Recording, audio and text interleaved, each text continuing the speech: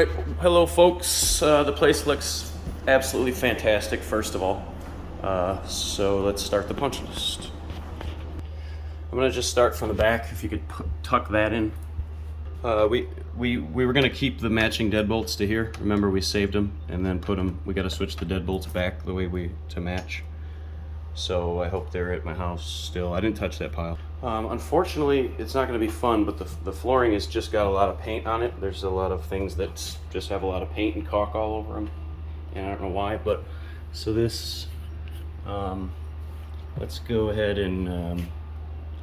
So I need to clean all this stuff off. You can see it from 10 feet. Just all the lines around the whole floor has just got paint or caulk or something everywhere. All this stuff. So this should look like a clean line. I don't. You shouldn't even paint this. It's already white. You only have to put your brush down to here. So just in the future, don't paint this because it's really a lot of work to clean it. So clean all that up. Unfortunately, it's going to suck. Clean this off. This has like putty or something on it, and it looks a little grubby. I see these termite wings are popping up like crazy. It looks like you used flat white spray paint on all the switches. They should be glossed because you can see they're taking a lot of dirt. This is true for all the switches. These should be gloss white. All you need is a tiniest mist from 18 inches, literally with gloss white. That's it, and then let them dry. So that's gonna have to be done at the end. This screw's kind of popping out here. This hinge here is loose.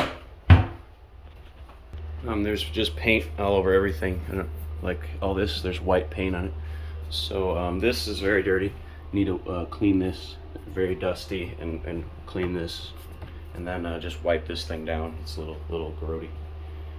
And yeah, I mean, again, even from 10 feet away, this stuff is all showing. You know, should paint this and then install the door after you paint. Or I mean, you paint after you install the door. Let's see here, moving along. This room's pretty damn good. The only thing in here is this. This looks, it should be flat and smooth. And again, the switches look like they were done with flat white spray paint instead of gloss. Other than that, the master's perfectly good. Just fix that. It's because it's at eye level. It just doesn't quite look right. Maybe touch that with semi-gloss.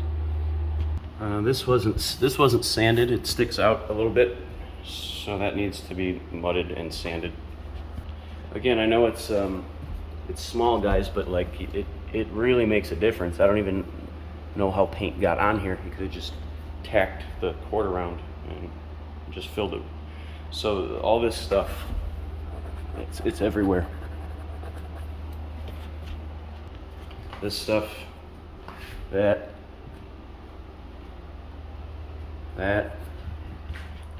The bathroom, I don't even know, this normally you wouldn't caulk.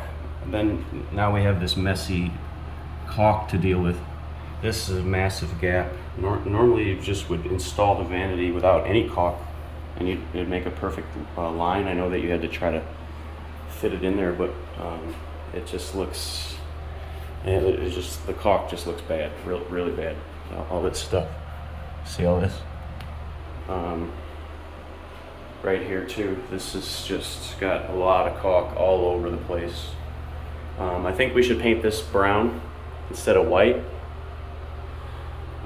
There's a film of white. It's the same. It's everywhere, and I don't know why. Because again, I feel terrible, guys, but it's got to look professional. It's just all these lines are blurry and they have paint everywhere. All this stuff.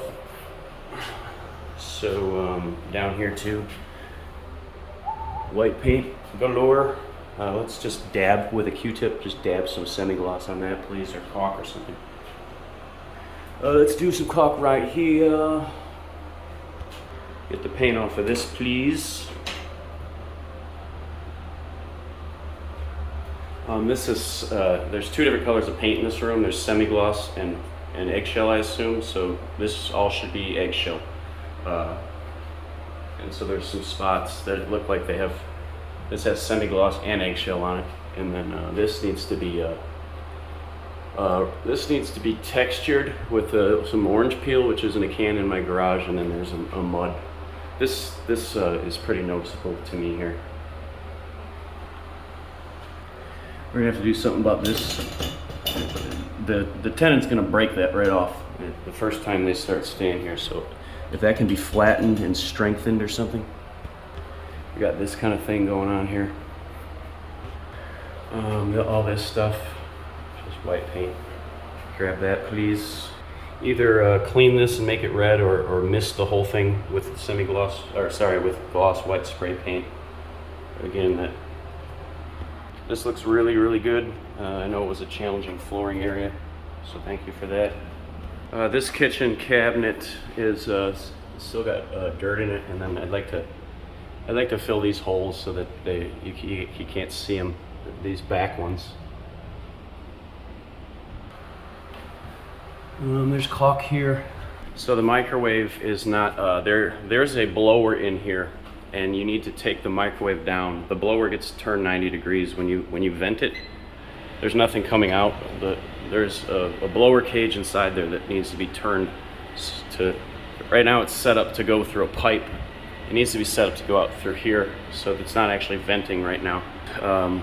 I don't quite know why you put a 1x2 here, but I just would rather go in here and put regular microwave bolts in. So yeah, I don't know, this is a strange way to mount a microwave. I'm sorry about that. We need an end cap here, and we're gonna have to fill this with Bondo or something. Rather than cut a new piece, we're gonna have to fill this and do some kind of just gray-ish with brown dots or some kind of. We'll have gray and we'll have brown and black paint. Maybe you can fill that and somehow just so you can't see it quite so quickly. Yeah, I do have an end cap in my garage too, and you'll need a 5/8. You'll have to glue that end cap on there. The ice maker's not working. Hold on a second. Yeah, we'll need to hook up the ice maker line. This cabinet needs a shave. It's gonna, like, the paint's chipping and stuff. So if you could just shave that a little bit and repaint do me a favor and check underneath the oven. I don't know what's back there, but it looks like there's might be some particles back there. Paint this semi-gloss white. It looks a little odd to me with the trim with beige and then white and then beige. Just do this white and that white, and then take all these stickers off. And thank you for winding up the cord. It looks great. The fridge grill is just kind of sitting there, so try to rig that back. This needs a candelabra bulb, which I have in my garage, and then please turn this so the rust spot is towards the back.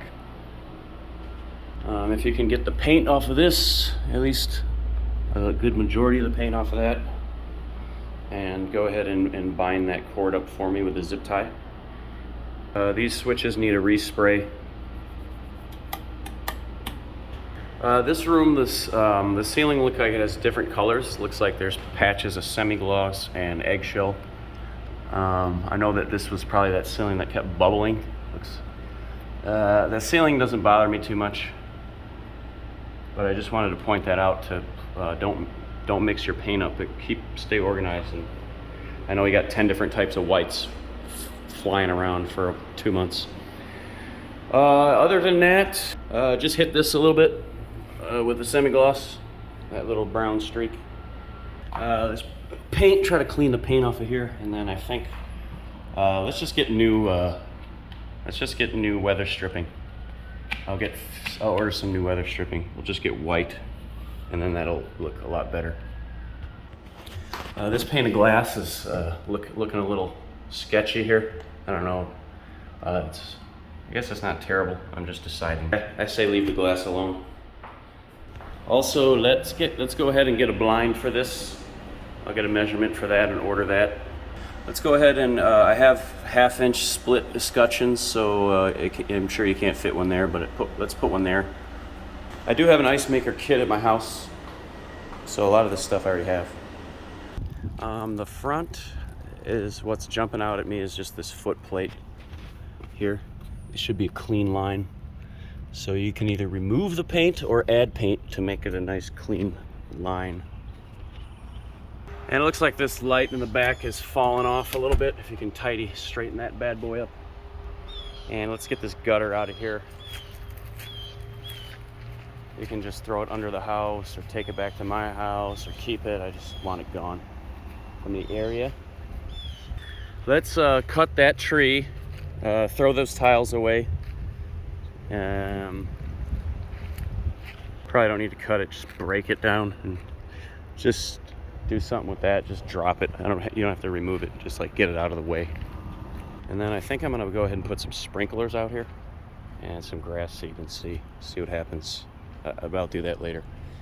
So I think that's it, guys. It's a shitload of work. It's a very old house, and I appreciate you guys very much. Thank you.